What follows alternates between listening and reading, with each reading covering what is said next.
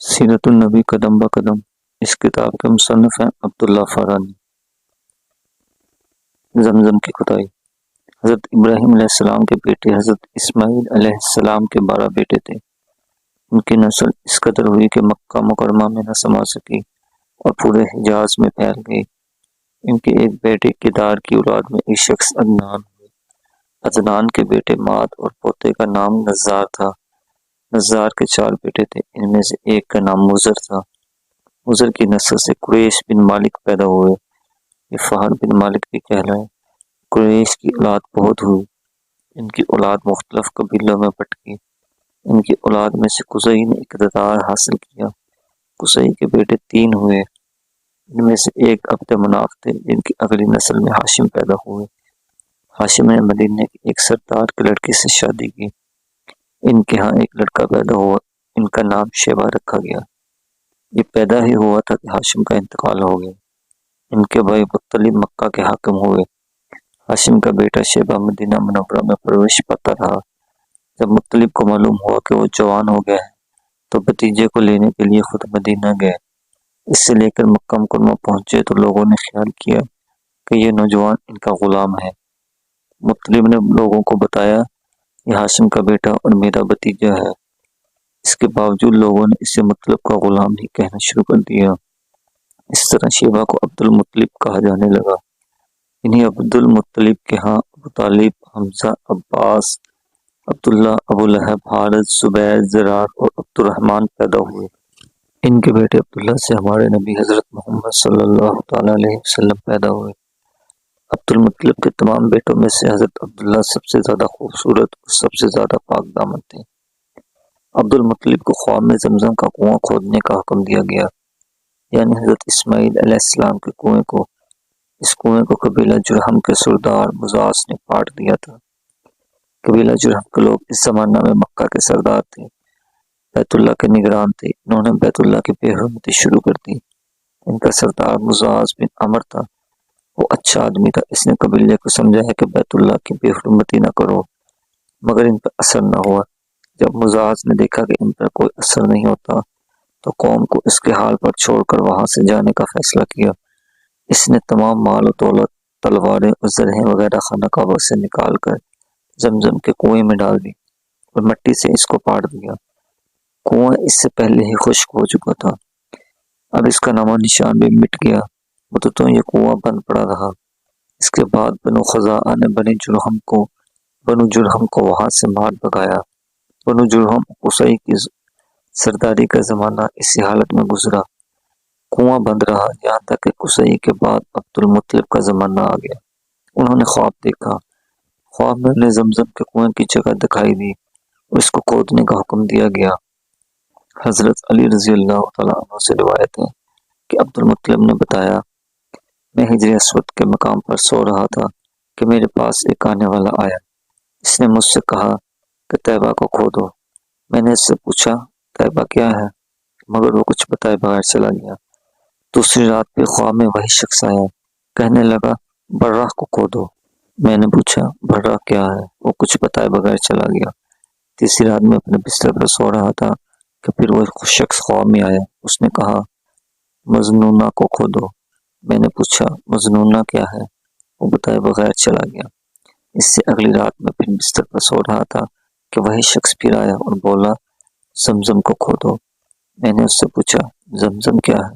اس بار اس نے کہا زمزم وہ ہے جس کا پانی کبھی ختم نہیں ہوتا، جو حاجیوں کے بڑے بڑے مجموعوں کو سیراب کرتا ہے۔ عبد المطلب کہتے ہیں کہ میں نے اس سے پوچھا یہ کنواں کس جگہ ہے۔ اس نے بتایا جہاں گندگی اور خون پڑا ہے اور کوہ ٹھونگے مار رہا ہے۔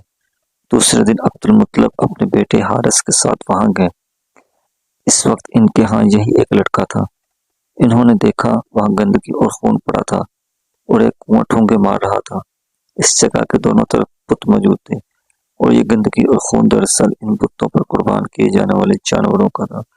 پوری نشانی مل گئی تو عبد المطلب کدال لے آئے اور کھدائی کے لیے تیار ہو گئے، لیکن اسی وقت قریش وہاں پہنچ گئے۔ انہوں نے کہا اللہ کی قسم ہم تمہیں یہاں کھدائی نہیں کرنے دیں گے۔ تم ہمارے ان بتوں کے درمیان کنواں کھودنا چاہتے ہو جہاں ہم ان کے لیے قربانیاں کرتے ہیں۔ عبد المطلب نے ان کی بات سن کر اپنے بیٹے حارث سے کہا، تم ان لوگوں کو قریب آنے نہ دو، میں خدائی کا کام کرتا رہوں گا، اس لیے کہ مجھے اس کام کا حکم دیا گیا ہے، میں اس کو ضرور پورا کروں گا۔ قریش نے جب دیکھا کہ وہ باز آنے والے نہیں تو رک گئے۔ آخر انہوں نے کھدائی شروع کر دی۔ جلدی کنویں کے آثار نظر آنے لگے۔ یہ دیکھ کر انہوں نے اللہ اکبر کا نعرہ لگایا اور پکار اٹھے، یہ دیکھو، یہ اسماعیل علیہ السلام کی تعمیر ہے۔ جب قریش نے دیکھا کہ انہوں نے تو کنواں تلاش کر لیا تو ان کے پاس آئے اور کہنے لگے، عبد المطلب، اللہ کی قسم، یہ ہمارے باپ اسماعیل علیہ السلام کا کنواں ہے اور اس پر ہمارا بھی حق ہے، اس لیے ہم اس میں شریک ہوں گے۔ یہ سن کر عبد المطلب نے کہا، میں تمہیں اس میں شریک نہیں کر سکتا، یہ مجھ اکیلے کا کام ہے۔ اس پر قریش نے کہا، تب پھر اس معاملے میں ہم تم سے جھگڑا کریں گے۔ عبد المطلب بولے، کسی سے فیصلہ کروا لو۔ انہوں نے بنو سعد بن حزیم کی کاہنہ سے فیصلہ کرانا منظور کیا۔ یہ کاہنہ ملک شام کے بالائی علاقے میں رہتی تھی۔ آخر عبد المطلب اور دوسرے قریش اس کی طرف روانہ ہوئے۔ عبد المطلب کے ساتھ عبد مناف کے لوگوں کی ایک جماعت تھی، جبکہ دوسرے قبائل قریش کی بھی ایک جماعت ساتھ تھی۔ اس زمانے میں ملک حجاز اور شام کے درمیان ایک بیابان میدان تھا۔ وہاں کہیں پانی نہیں تھا۔ اس میدان میں ان کا پانی ختم ہو گیا۔ سب لوگ پیاس سے بے حال ہو گئے، جب تک کہ انہیں اپنی موت کا یقین ہو گیا۔ انہوں نے قریش کے دوسرے لوگوں سے پانی مانگا، لیکن انہوں نے پانی دینے سے انکار کر دیا۔ اب انہوں نے ادھر ادھر پانی تلاش کرنے کا ارادہ کیا۔ عبد المطلب اٹھ کر اپنی سواری کے پاس آئے۔ وہیں ان کی سواری اٹھی، ان کے پاؤں کے نیچے سے پانی کا چشمہ ابل پڑا۔ انہوں نے پانی کو دیکھ کر اللہ اکبر کا نعرہ لگایا۔ پھر عبد المطلب سواری سے اتر آئے۔ سب نے خوب سیر ہو کر پانی پیا اور اپنے مشکیزے بھر لیے۔ اب انہوں نے قریش کی دوسری جماعت سے کہا، اور تم بھی سیر ہو کر پانی پی لو۔ اب وہ بھی آگے اور خوب پانی پیا۔ پانی پینے کے بعد وہ بولے، اللہ کی قسم اے عبد المطلب، یہ تو تمہارے حق میں فیصلہ ہو گیا۔ اب ہم زمزم کے بارے میں تم سے کبھی جھگڑا نہیں کریں گے۔ جس ذات نے تمہیں اس بیابان میں سیراب کر دیا، وہی تمہیں زمزم سے بھی سیراب کرے گا، اس لیے یہیں سے واپس چلو۔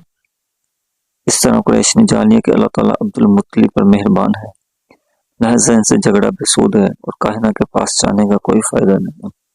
چنانچہ سب لوگ واپس لوٹ آئے۔